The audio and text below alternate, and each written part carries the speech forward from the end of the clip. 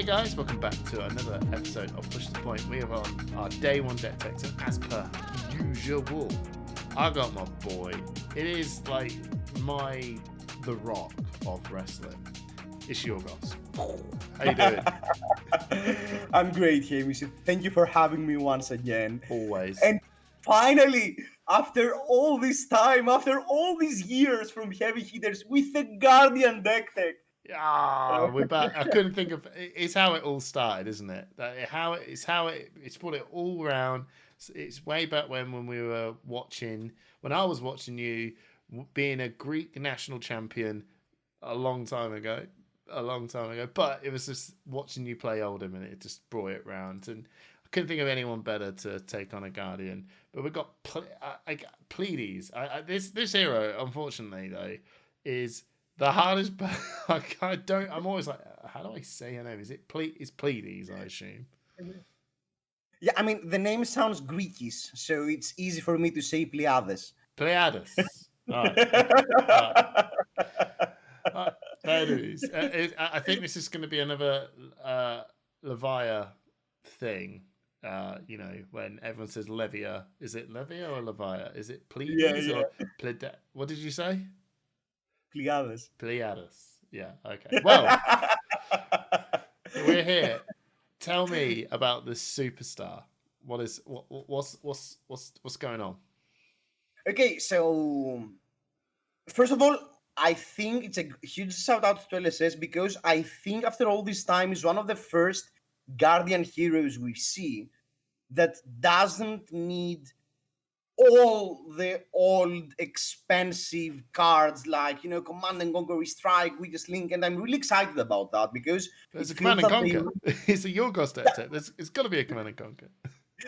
I mean, it's Guardian. Okay, Command and Conquer is obviously great, but it feels that the deck is very compact by its own. That it doesn't require too many, of all these, specific weakest link, raise phase type of things. But sure. Moving forward, that might change. But so Pleiades is a Guardian, or is she? But finally, as Guardian players, we have access to instant speed auras I know. that also block for 3. Mic drop. I don't think there is anything else to discuss. I mean, we have instant speed auras that are, on rate with what they're supposed to be giving you. And that's the deck tech. And that's the deck tech. Thanks for. Yep. See you later, everyone. Yeah.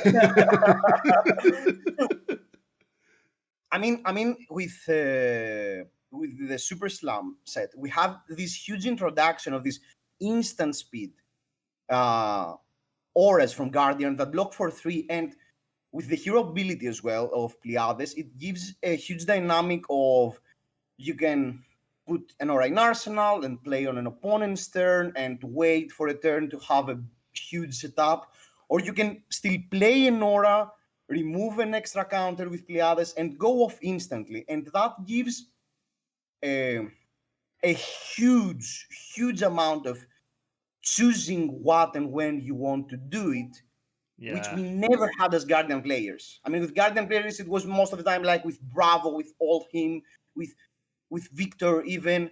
I have the card I need to play. I play the card. Got you. Sometimes I arsenal the card, and that's it. Pleiades looks nothing like this. You can play an aura now. It enters with 2 suspense counters. And you can wait. Or when it comes back to your turn, you can remove a suspense counter and remove an extra suspense counter with Pleiades. And that creates a lot of situations that you want to, when you want to be aggressive, when you want to be defensive, all that great stuff. Yeah. So the main game plan of the deck is that we want to set up these big auras. Sometimes we finally have a Guardian hero that doesn't care about attacking every turn. We can sometimes just set up, and that's fine. And at some point, we want to play a huge attack, ideally with some type of disruption. And that attack paired with a confidence token, if the world is perfect, that will deal a huge amount of damage, potentially disrupt their turn, and keep going.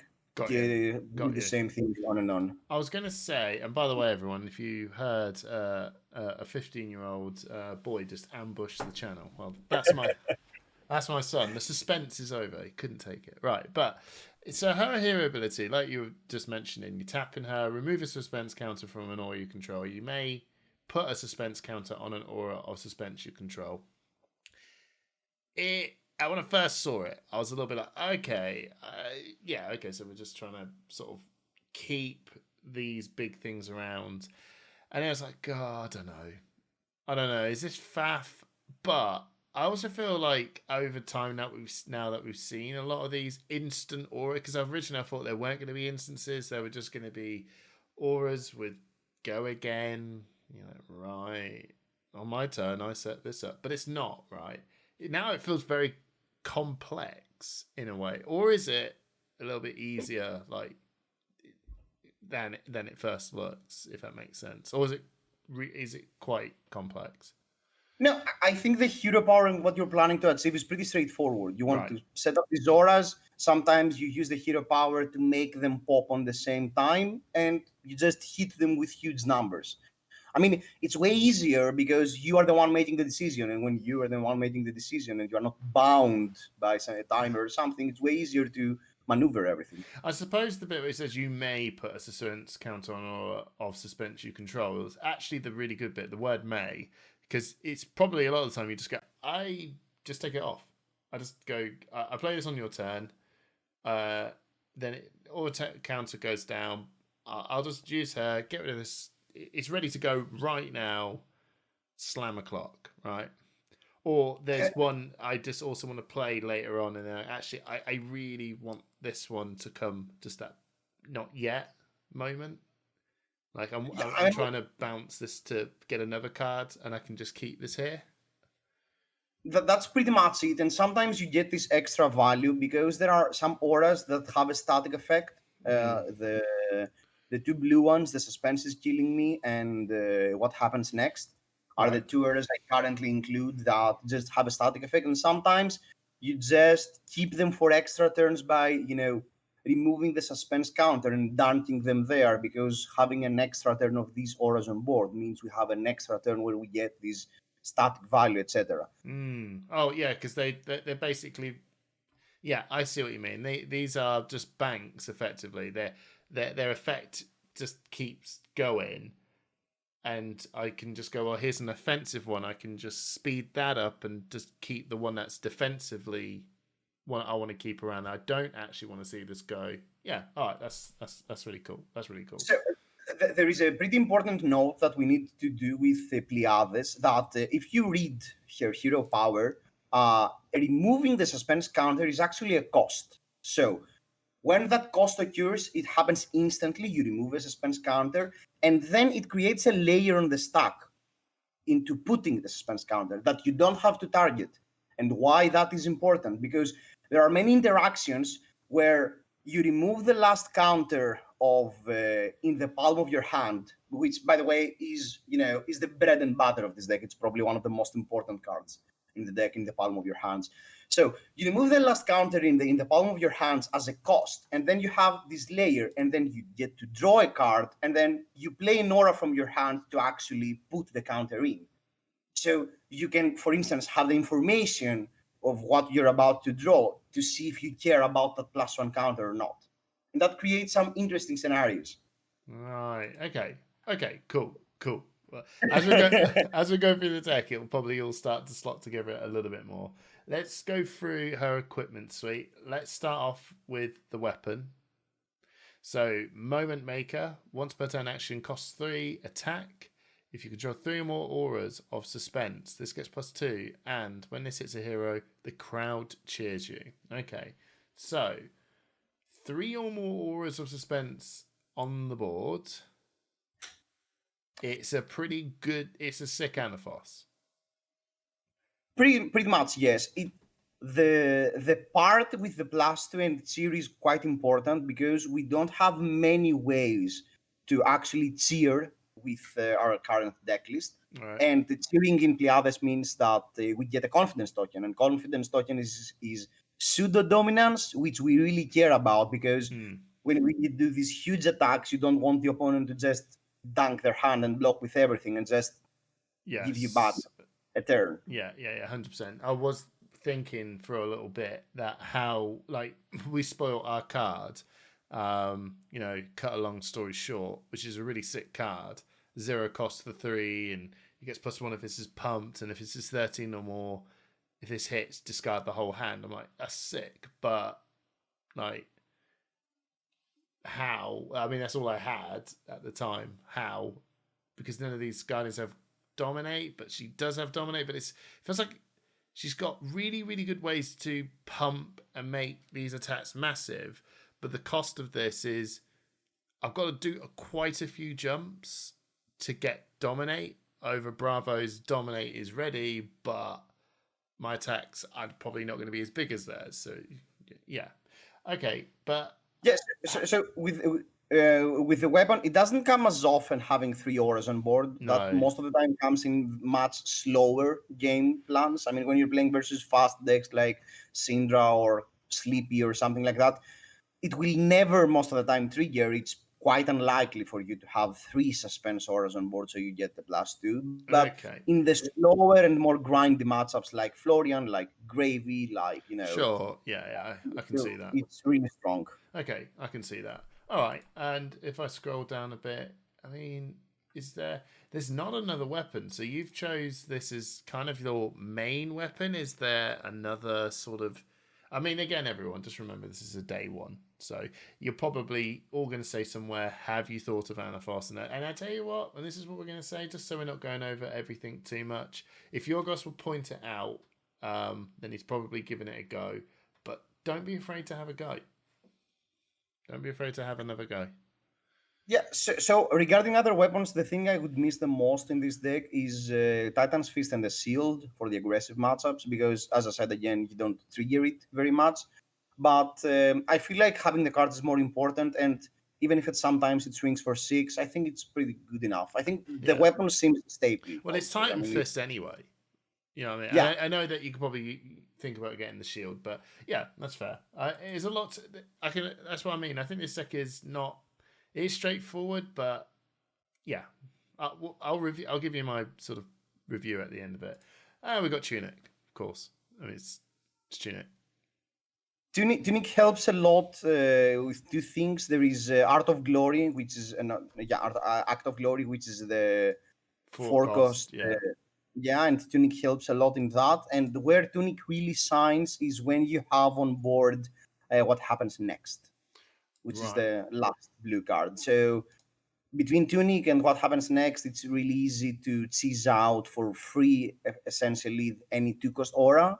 And that's really strong. That's why at the beginning I only had Tunic in the list, but the Armory deck chest is also very, very strong. Yeah, that's fair. That's fair. Right. I mean, and we're pretty much using her armory equipment, so we'll just start from the top and go with the Tiara of Suspense. Instant destroy this. Put a suspense counter on an aura or suspense you control. Activate this only if you've been cheered this turn. So, I think this is actually really good because it's got Guardwell. So you always get your block value out of it, and then you just go and here we go. I've cheered, so I get to slap a suspense token somewhere. I assume that's pretty strong. I don't know what throwing a suspense counter on a card would do. Like, so sometimes what it means is that when you get cheered, that you can keep an aura, you can line an aura to have a second counter as well, because you played an aura on turn 1 or something, and on your second turn it removed the counter. So if you play a second aura, it now has 2 counters, but you want both of them to pop at the same time. So that extra suspense counter a lot of times can help to line things up so they pop on the turn where you actually want them to pop and not a turn earlier. Okay. But then you've also got her hero ability that goes, well, if I want to line them up, I will just take it off. So they line up, speeding up. I imagine there will be some situations where you don't want that to happen quite yet. I feel like, yeah, okay, I can see that. But just getting a block 2 out of it, I can't see any reason why you shouldn't run that. And then we've got actually, I said the boots. So we should start from the top and work our way down. So, attention grabbers. When this defends, you may remove a suspense counter from an aura you control. If you do, this gets +2 and on this chain link. Pretty sweet, actually. Just a straight up block free. Like, it's not very much, just straight up block frees on any piece of equipment, really. I mean, there probably is, right? But not that easy. It's not free. This one feels a bit like a very easy block free out of nowhere. Yeah, I mean, the fact that it's an equipment that by its own blocks 3 helps a lot because many decks into you run Command and Conquer, for instance. So with a single card, you can block Command and Conquer, and you can keep your 4-card hand with 3 cards in hand and a card in arsenal. And again, removing the suspense counter helps with the whole process of I want my auras to line up. So I played an extra aura, I now remove a counter, it goes down to 1. I had another aura from the previous turn, so now they both pop at the same time. And even if I swing with hammer, the hammer is going to be swinging for 12 or Big something number, silly. Yeah. That's really cool. And then the boots on the boards, when this defends, you may pay up to 3 and create that many toughness tokens. And this has got temper. Oh. Okay, so now I did see this and thought this kind of impressed me the most because the one thing I know Guardians really want is boots that block really, really, really well. And this has got to be probably one of the best Guardian block. It's one of the best blocking boots I've ever seen. I mean, it blocks for 3, so it already checks a lot of boxes because it blocks for 3 by its own. And there is a small synergy with the toughness token between 2 cards, between Disperse, which is a blue 3 cost, and Disarm, which is in the sideboard, which care about having 6 block. So toughness tokens really help into that scenarios when you have the cards that care about having 6 points of block. Yeah. So disarm. Okay. Something I tell you what. Actually, I have to say, some of these cards are like, I'm not a brutal Guardian player, so some of these cards were just like, I've got to see this for the first time sort of situation. So yeah, that's. I've not actually seen disarm before. Ooh. Anyway, right. So that's your equipment. Very good, very easy. I mean, I suppose really the question I must ask you: you're going to be picking this up for the first time, everyone. Very good that you just need to get an armory deck, and we are literally almost there. Yes, Tunic is that card. It is that card. How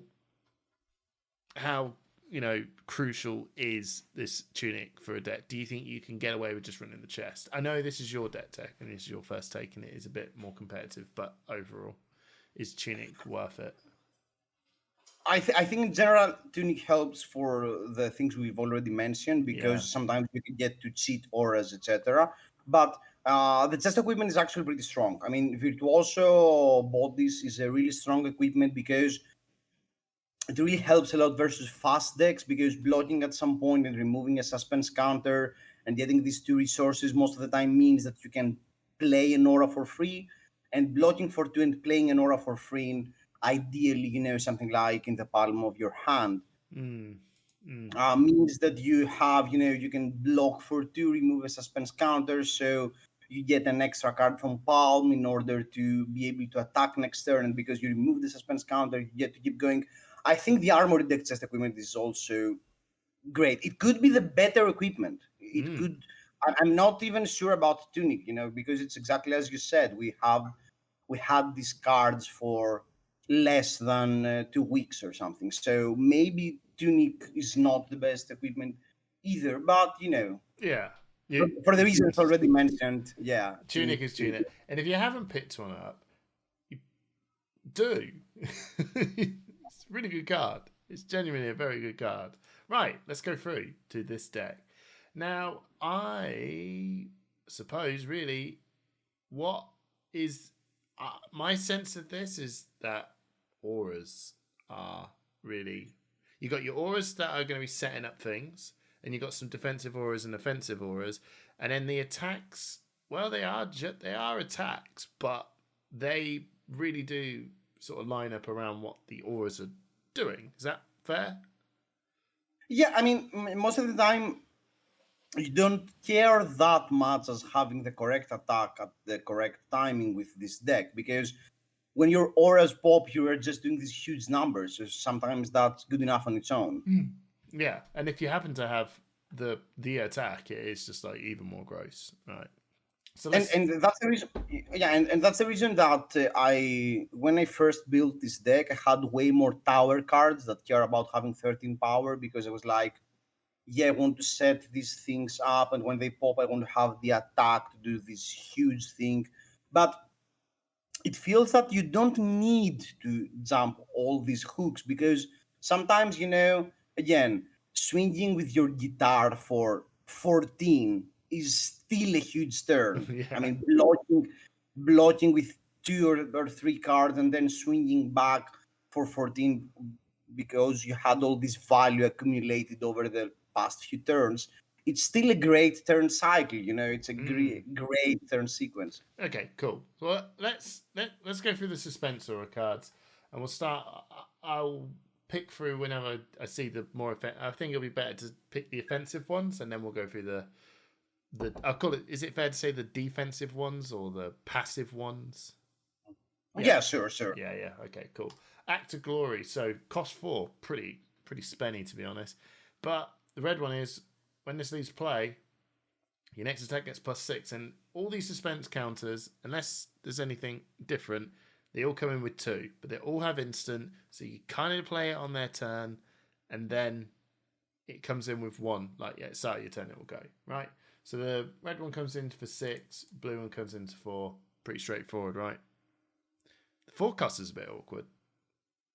It is a bit awkward, but again, that's The where tuning comes Tunic in. and what happens next again. Yeah. We will be talking about what happens next a lot in this deck. Yeah, okay, we'll get there. So Edge of the Seats, 3 cost, Suspense, again, comes in with 2. It's an instant aura. When this leaves the arena, your next deck gets +3. It's pretty much Act to Glory, but costs 1 more, does 1 less. Yeah. Yeah, that's pretty straightforward. Tension in the Air, it's literally the same. It costs 1 less, it has 1 less power. Yeah. Yeah. So with this type of list, we went pretty deep into the offensive suspense auras, and the main reason is that in most lists I've seen with other people messing around, pretty much everyone runs the 3 red ones. Okay, Yeah. but here I even have the 3 copies in blue because of just how powerful that sequence is of starting since turn 0 all in. I mean, it's really important that we have 33 auras, if I'm not mistaken, in Right. the list. So it's very likely where in turn 0 you already start with something on board, and that's very strong because it feels like you're cheating turn 0. Like you start way ahead. You have so many things that you can play on the first turn of the game, Yeah. and you don't really care if you go first or second because they're instant. You did say, is this a Guardian hero? I'm starting to get this vibes of, I've never played a Guardian that plays on your turn. And it does feel like, oh, all right, okay. Like, if you say, all right, I'll just pass and you're a Guardian, you go, all right. Like, but this time you're like, I'm Prism, baby. You're like, oh, hang on. I'm going to do this. Are you sure? I mean, that feels like they finally playing like some, as the Guardian player, I'm sure you know that when you play up against Wizards and you play up against Illusionists, they're just cheaty scum, right? They're Yeah. cheaty scum, and now you're like, oh, so am I. It's my turn. Yeah, Yeah. It's our turn now. Our turn. I Definitely, joined the club of this is our turn. that's definitely really cool. Right, I'm trying to find any more offensive auras. The suspense is killing me. Your first attack each turn gets +1. Now that's a bit of an aura. Oh, okay, so they're basically your 3 offensive ones. Right. Okay. Cool. So that's what you're setting up to just do the big slams. And then you've got... Okay, well, I think it's probably worth just going through the passive auras now. And then we'll go from there. I think in the palm of your hand is, like you're saying, the pretty big deal one. I mean, it's the best card that you love to manipulate with the remove and add counters, because you get all these extra cards when it enters, you get a card, when it leaves, you get a card. So it's really important to manipulate when you need these extra resources. Do you need it now because they have a big turn and you want to block, or do you want to wait until you have a few more things lined up, so you want the extra card to be offensive at a very big turn? Okay, cool. This I was going to say this feels like like I can see what you mean by the glue of things, where it's fine. It's totally fine to just go, yeah, I just dump it on this card. It's fine. I'll get the draw card when I'm ready. You know what I mean? It doesn't need to be now. Imagine you got two of these and you get to line up and going, okay, and then I'll just draw two cards when this goes, which is probably a bit highly unlikely, but still, got to keep living the dream, I guess. So on that note, with in the palm of your hand, it's really important to note the Thespian Charm, because at the beginning I didn't even have Thespian Charm in the main deck, but the interactions between Thespian Charm and in the palm of your hand are just insane. I mean, sometimes you feel like you do all Oh this. yeah, the last one. Yeah, You I just mean, go, all right, the crowd cheers me, bam, and I return this to my hand. Sweet, I draw it back down again, bam, draw it. and I had one floating because I played that on the same turn, so I get Tunic now, and I place the same card again, and I get another card, and I still have, it starts going off. I mean, you start doing all this nonsense that we've seen, illusionists or, other type of heroes do, and that's why I'm so excited about this. Yeah, okay. Destroy my or Vigor tokens or whatever, man. Yeah, I'm sure it'll crop up. They need to make it draft chaff somehow. Okay, so let's go through the other sort of aura E based ones. Superstar Suspense comes in for 2. It's a guardian instant aura. When this enters or leaves the arena, the crowd cheers you. That's pretty. Most of the time, that's the easiest way to trigger your headpiece with Superstar, and it's important to have that type of card in your deck, because versus, again, slower matchups where you don't want to line up this huge turn and the opponent just go block with 4 cards from hand and block with a defense reaction, and I'm still at 35. You don't want that to happen, so you want to get cheered in order to get your confidence, and then do these huge attacks lined up with a confidence token, and that's when the hero is so devastating. Yeah, All yeah. this setup is so devastating. Absolutely. The suspense is killing me, which we did. So your first attack each turn gets +1. I mean, that's really good. You just go bam, here you go, throw it out. For the next however many turns, hammer for 5. Oh. And it's amazing with the set in general that everything also works with the weapon, and that's such a feels good thing that, the Suspense is Killing Me is another great card where you love to dunk all these extra suspense tokens you're removing from your other auras. The Suspense is Killing Me is one of the best targets there, because you keep getting the +1 effect every time you activate Pleiades, for instance. The value of this card seems to be quite like really good over time. Like just keep this in for like 3 turns, or maybe even more. I don't know. But the more you just keep this on, the incremental value of this just keeps rocketing up. That's really, really cool. So I think no, turning point's not it. And what happens next? So the first card with cost 1 or more you play each turn costs 1 less to play. All right, okay. This card seems like your auras cost 1 less, and your next attack costs 1 less. So everything is just really reduced. Even if you just threw this out, and then Act of Glory is now it's the 3 cost, or bro. And that 1 discount just helps line up so many things so easier, and it's so easy with this deck to get the value from what happens next twice, because it works on each turn. Yeah, So that's that's the best part, because if you have a what happens next, you pitch a blue on the opponent's turn, you play in the palm of your hand for 1, you have 2 floating, then you play a Thespian Charm, you get it back in your hand, and you go off. And Yeah.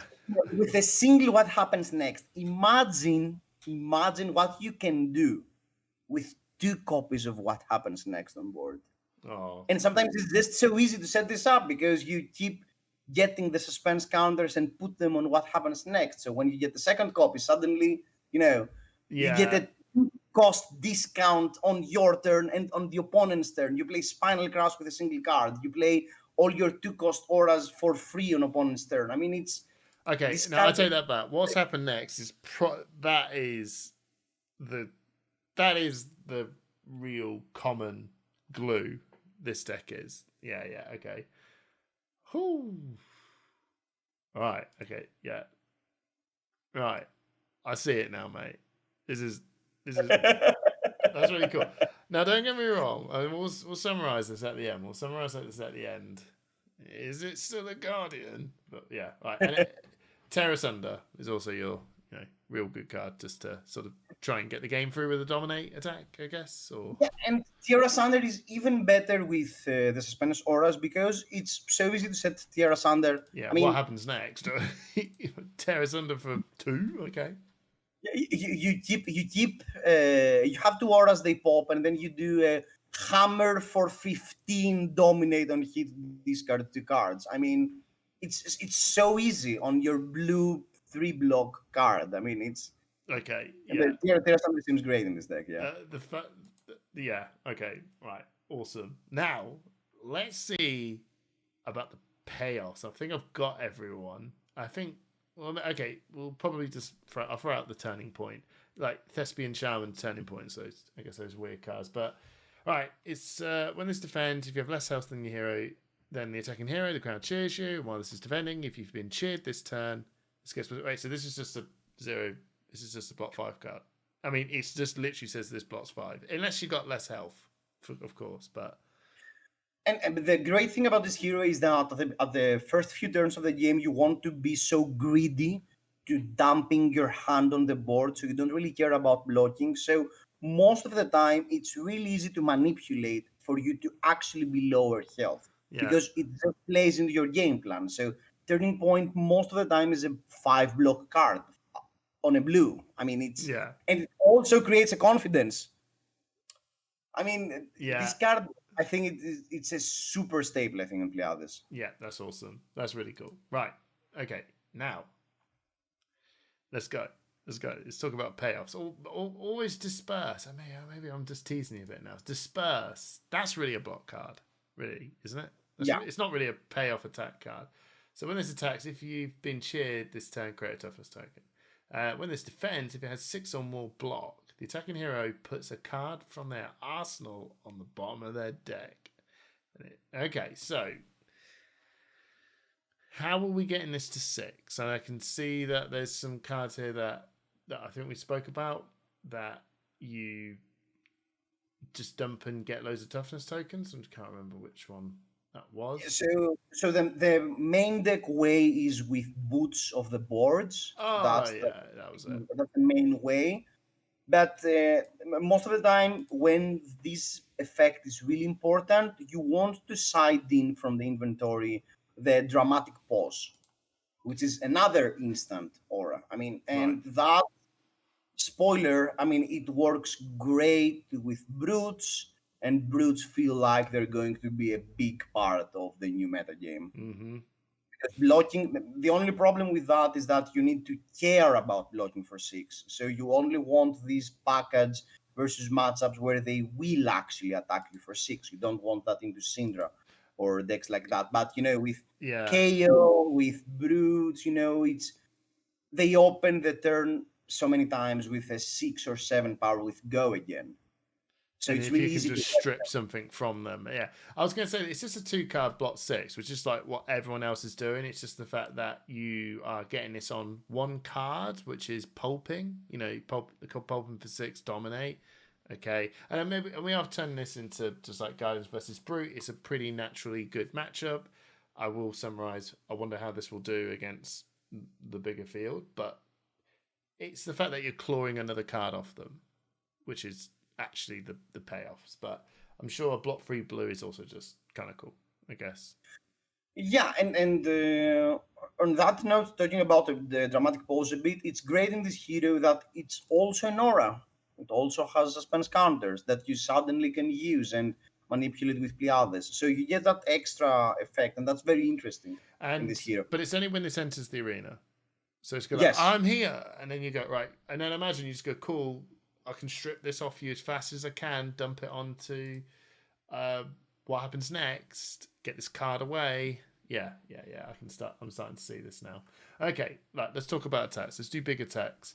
Command and Conquer. Obviously, it's a Yorgos deck. There's Command and Conquer. You probably have heard Command and Conquer. The Command and Conquer now doesn't come in for 6. It's coming sometimes 6, sometimes 7, sometimes 14. It really depends on Yeah. the card. Yeah. It's Command and Conquer, but it's massive. Yeah. So cries of encore. So when this attacks a hero, if you have less health than them, the crowd cheers you. Awesome. If you've been cheered this turn, this gets when this hits a hero, you may play an aura of suspense from your graveyard this turn. Okay. Okay. I mean, again, what you will get most of the time of this card is that you get a free cheer token because, again, in most game states, you will be below health. So it's really easy to set up a confidence token without the opponent being able to interact with that. Yeah. Because you just play this card, you're lower HP, and you just, get the confidence token, and, next turn, your auras are about to pop, and the opponent knows that they're going to get hit for some damage. But it also has the added benefit, and that's what happens most of the time, that if they allow this to go through, if you have any zero cost, for instance, suspense aura in your graveyard, you can simply get that for free. Or if you still have a card and you are planning to arsenal that, the opponent will start thinking, oh, have they kept a blue? And if I allow this to go through, I'll get the free edge of their seats out of the graveyard. And, it's a really annoying attack that the opponent has to deal with, even though it doesn't interact a lot with the opponent's game plan, but it really helps you, keep the engine going. Yeah, absolutely. So that seems like a real cool card, like a real funky things can come from this, and just reoccurring this stuff is like, oh, thank God that's gone. Oh yeah, I'm back. Oh, here we go. Right, Spinal Crush. Right, I'm not going to talk about it. It's Spinal Crush. Spinal Crush does Spinal Crush things, but Spinal Crush doesn't come in for 9. Spinal Crush comes in for big number. Right, I am really happy you put this in. I do think that you're being polite, but you're going to probably tell me No, this card is actually pretty good. when I Cut a long first story built this short. deck, when I first built this deck, I had a lot of tower cards in it because, again, I wanted to do this huge setup and play this huge attack with this devastating hit effect, etc. But Yeah, discarding their hand is probably the best effect because they can't not block it, and if it goes through, they lose their turn. So nothing is better than the opponent losing their yeah. turn. So It's basically time warping them. You just go, all right. You either do nothing or I hit you and you do nothing. So yeah. I just go, but so 0 4, what are we looking for here? So we've got literally your act of glory, edge of their seats, tension in the air, right? You need to get uh basically an act of glory and an edge of their seats. How hard is this getting it to 13 deal? So you need any two auras, with a few exceptions. You can't do this off two blue auras, No. but and it's not that easy to line up. But the cost of running this card in your deck is not that high because it's still a yellow 3 block, and I guess it a costs lot of 0, so there's times you can just get something a little bit lined up, fully block their hand, whatever it is, and then this is just an arsenal. You go boom, there you go. I just one card through loads of damage. Give me your entire turn again. I'm stopping this train a little bit here. Especially on a ninja. Do you know what I mean? Just go, just come in, just real hot, and they just know that they just don't want to block. That's really cool. That's really cool. So Yeah, and the reason there are two copies rather than three is that the first copy is pretty fine in Arsenal. It's released to Arsenal with that card because at some point, hopefully, you will pop two auras. So when you pop two auras, even if you don't have a confidence, it's fine to just play that because it's exactly as you said. The opponent needs to block with four cards, no matter what the board state, no matter everything. So but when you get too many of them, and if you don't have the auras, it's a bit clunky. So that's why I decided to go down to two. the good one. Yeah. Yeah. Although I was sitting there very shocked, going, "Oh my god, ours is good. it's actually a cool card." Boulder drop. So it's a yeah. It's a blue crush effect. I mean, it's one of those blue cards where you're fine attacking with because at least it will ask for a card, and it creates many situations where if this is coming for 12 or something, they need to block with three cards in order to prevent the -1. So they just go, okay, I'll just block with everything. So now, Just time warp I them. effect, yeah, I time walk them with a random blue attack, and that's very strong. People don't. If people don't know what time walking means, it's a magic phrase that just basically goes skip your turn. Like what I'm gonna do is stop. You're just okay. I guess I can't play my turn effectively. So just give me a hand. That's what that card is. Standing ovation. Right. But still, this. I didn't really look into it too hard. Regicide vibes, but not as bad. Like when you sort of go, okay, kind of must be nice if you pull it off. Are you going to pull it off? Yeah, I mean, it's not as hard as it seems Okay. to let this go through. You need a lot of cards because most of the time when the auras pop, you don't have the luxury of keeping too many cards. So playing standing ovations means you have at least three cards in your hand. That means you were a bit ahead. The great thing that standing ovation does is that you hit them and it gives you time to start rebuilding again. So most of the time when standing ovations, you attack with standing ovations, the opponent will most likely block with every single card in their hand, and you get an extra turn.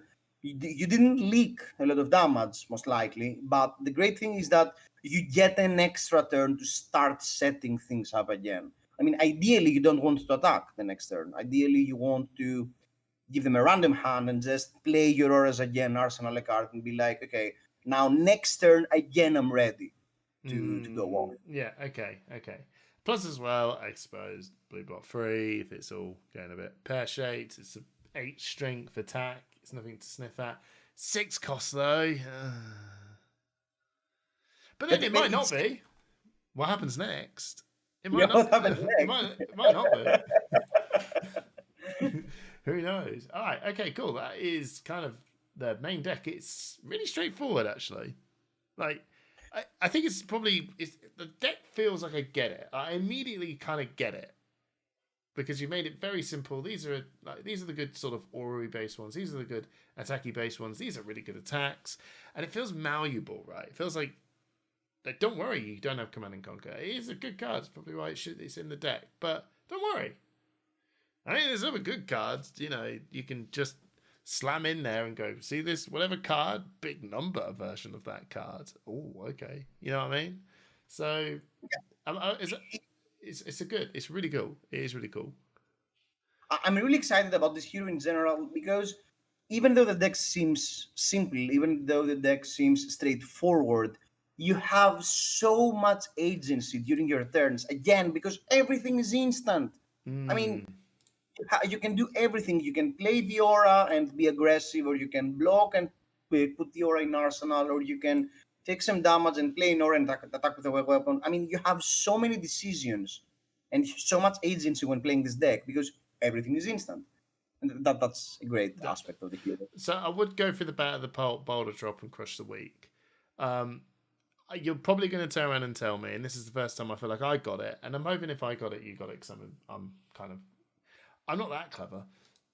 You just slot in the right card for the right opponent. Batter to a pulp. Are you a guy that has good equipment? All right, I'll take that out. Which one's probably not the one I want to use against a particular hero. I don't know, gravy or something.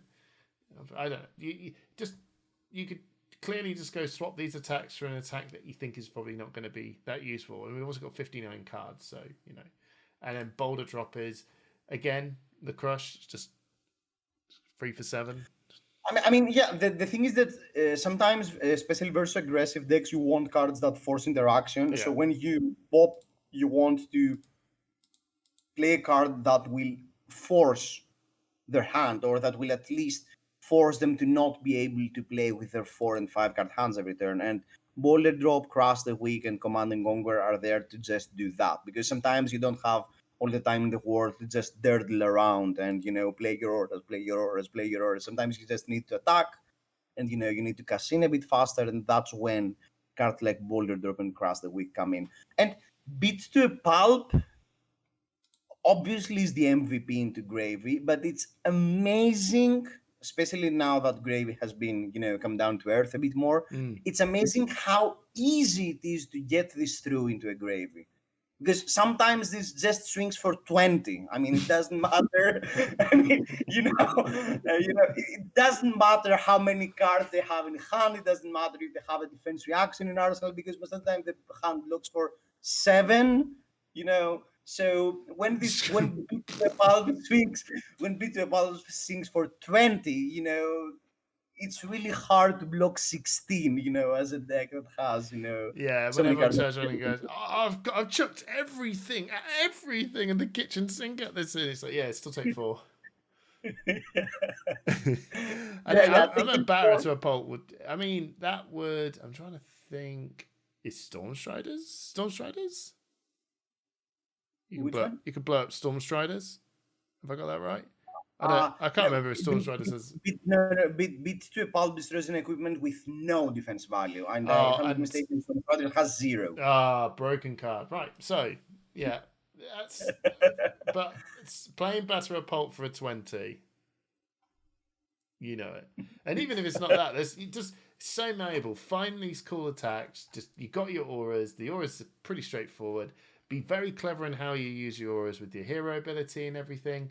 And just they're on the board. Just line them up and then go see this attack. Leave it here. Yeah, I get it. This is sick. I never actually thought. I thought when I initially looked at her, I was like, ugh. No offense. I thought it was a bit of another Betsy Olympia deal. Not gonna lie. I thought it was a bit like that. But actually, I'm like, oh, I get it. This is so cool. I do want to ask Disarm. I know that's just copying the same thing of Disperse. When are we disarming, not dispersing? And what are we swapping disarming out with? Someone's going to say. Disarm mainly in this list is for brutes, because that's the deck where you really struggle, and that's a deck where you care about blocking for 6, and that's one of the ways you can actually get value a bit on the defensive, because what you want to do is that you want to be defensive while you're setting up, and blocking for 6 and removing a card from their hand seems insane. Yeah, it's just silly. But cool. Right, I'm going to summarize now, and I do think you've got some tokens and you've got some maybes. I imagine these maybe, they're just big attacks. A quick note on the maybes. I think a good clean fight is a very interesting card. But again, as we've said many times before in this type of deck decks, as a Guardian player, you want the metagame to know what it's going to be before you start, putting in your specific cards for specific matchups. But I really want to shout out a good clean fight, because this card, while playing, felt phenomenal. It's versus Earth heroes, it blanks their hero power. So, Florian can't create the 2 tokens. They, their defense reactions are blank. Their equipment are blank. They're not getting all this defensive value. You can't get hit by a Purgatory or something. A good clean fight is a very interesting card. But it really depends to see after, the metagame is figured out whether we need to include this card or not in our 80 cards. Yeah. Understood. Because it still doesn't get around the people that you'd hope this kind of get around. And you go, I'm going to play a good, clean fight. And they'll go, I'm still going to pop my Stormstriders. I'm still going to ALS. I'm still going to play Genesis. I'm still going to, because I can do it before this is becoming an attacking card. So bear that in mind, everyone.